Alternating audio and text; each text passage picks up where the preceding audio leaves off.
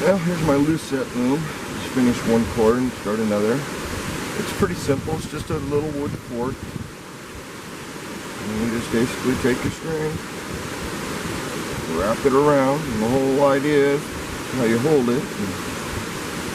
You take the under one, flip it over the top, you come around, you grab that same under one, and you just keep doing it while your other hand that holds this, kind of want to keep a hand on the string, so when I flip I always put another finger on it and keep going.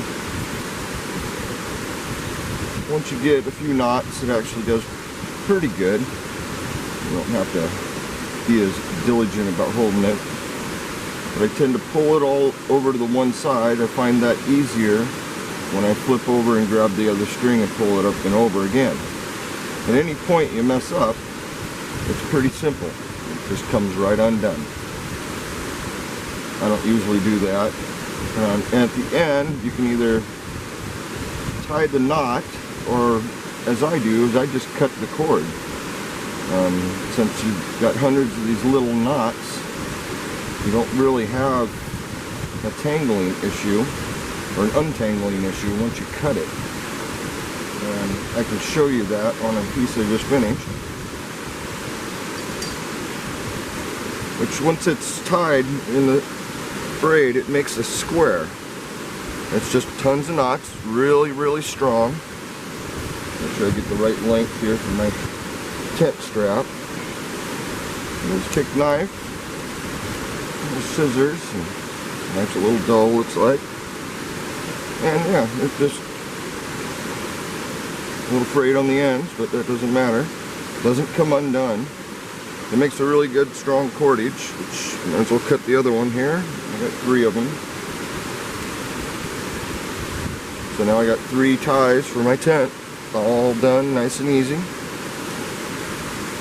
Of course I got a long ways to go. And I'm just using cotton, regular cotton yarn here. Pretty good sized spool. I put it in a bowl so it can sit on the ground, roll around as I sit here and work the piece. And when you set it down, just try not to pull it off the fork or something like that. I just set mine right here on top of the bowl, and I just keep going when I feel like it. Something I like to do, especially when I'm just sitting out here doing nothing, listening to the river, watching forest and bugs and everything else out here. It's good fun. If you're interested in this, just get a hold of me. I make them all the time. Just thought I'd give you a little tidbit.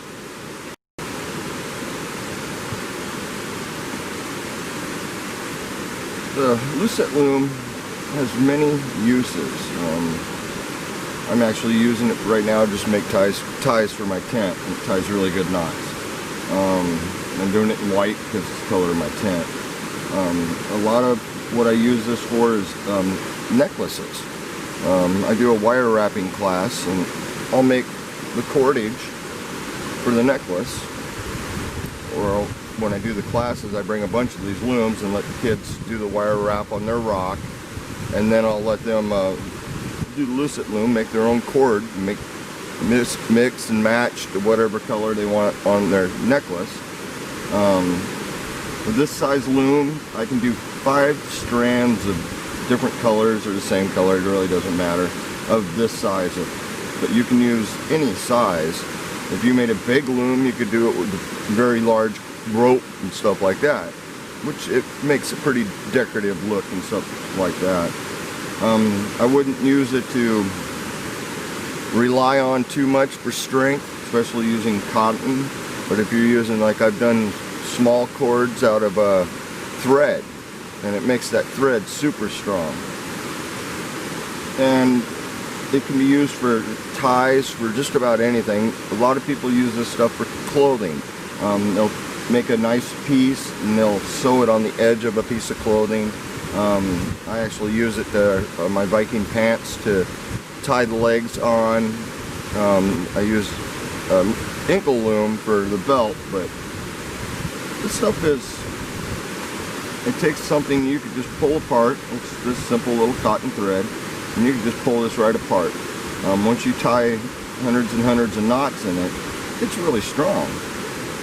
And you can keep going till you're annoyed with whatever length you got.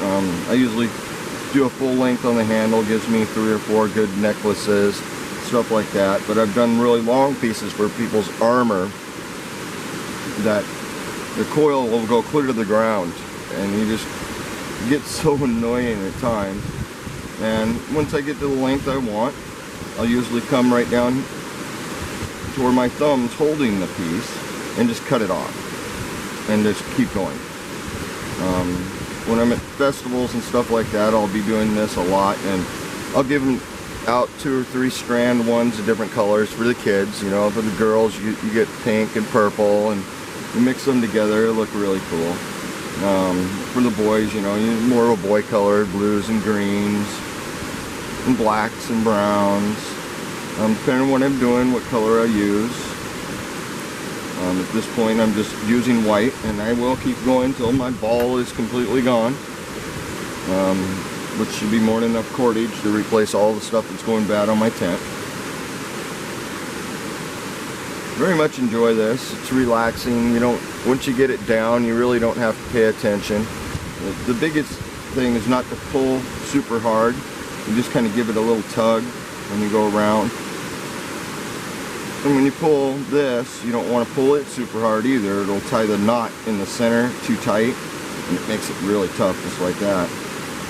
And I always pull it over each time, and just habit now that I can just quickly just go. Don't have to worry about it, don't have to pay attention to it. Out here in the woods, it's great because I can spend all my eyes looking around and paying attention to other things other than what I'm doing here on the ankle loom, or the Lucette loom, sorry. These are easy to make. Anybody can make one. It's just a basic forked stick. This is a old Viking style pattern I've got here. Some of them you can get that people sell, they're only this big, they only have the top half. I actually make them with a handle that's about that long and a rounded bottom. Personally, I've been using this one for many years. The prongs used to be way bigger, way wider, but I don't know if the camera can pick it up. There's a little notch right there and a little notch right there that I have to, every once in a while, I'll get the sandpaper out and sand it down a little bit. So this one I've been using for many years. It's well oiled for my hands. Not exactly clean either. It's well dirty for my hands. I never worry about that unless I'm doing really good projects. Out here camping, I don't care if this cordage gets a little dirty. My tent's always a little dirty anyway. But when I'm doing wire wrapping classes, you know, I usually have my hands pretty clean, and I'll use a clean loom. And same thing for the kids when they're there, and the adults. Surprisingly, the kids pick this up way faster than the adults. Same with the wire wrapping, because I guess they're just a little more delicate, and they learn it really fast. I do make and sell these looms, so if anybody's interested in buying one, just let me know. They're cheap. I make 100 at a time, so. But outside of that, you know, easy to make your own. Very easy. I just use a thin piece. This here is a piece of fir that's used for door panels, and I got a whole bunch of those at one point in time, and I just, you know, cut a whole bunch of them at once, and sanded them all down. And got I don't know, 20 or 30 left out of my last batch. They go pretty fast when I do the wire wrapping class for the rocks. Just about everybody that does one of those classes buys one of these looms from me because they're so easy to use. And make anything, bracelets, necklaces, belt if you want. You do 5-strand, 4 or 5 different colors, however you want. They make a good tie for a dress or something like that. It's delicate, and most of the time it looks really good. When I hold my string, I try to hold it like this so I can pinch it with my pinky, so when I pull I got a little bit of friction. Not pulling hard, just enough to pull the knot down tight, make sure it's cinched over. Just a little bit of a snap. The only reason I pull it over is so my fat fingers, when I come around, are easy enough to grab that strand and pull it up over the top of the hook and through. And just keep going. Sometimes I pay attention, sometimes I don't. Very methodical. You gotta have a lot of patience to get any distance on one of these things. But when I sit and watch TV or I'm watching videos, I'll just sit with this under my desk, you know, and won't even pay attention. Next thing I know, I've got the whole handle just wrapped up with cordage, which is fine. And this little snag on the end, you can just cut it off right at the base. It doesn't unravel. I always take it with me when I go camping. Even when I'm backpacking, it doesn't weigh anything. It's really light. And heck, a spool of cotton yarn doesn't weigh anything either, so it's kind of nice to have.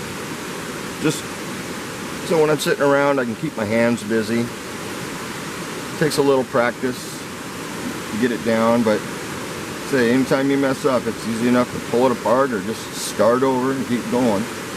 Very fun.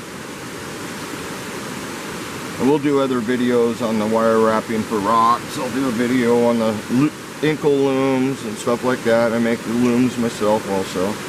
And I do wire weaving. I do all kinds of stuff. Just always try to keep busy, you know. Even out here where I'm just sitting watching the trees and the bugs and the birds and the water. It's nice to have something to just keep my hands busy. Very fun.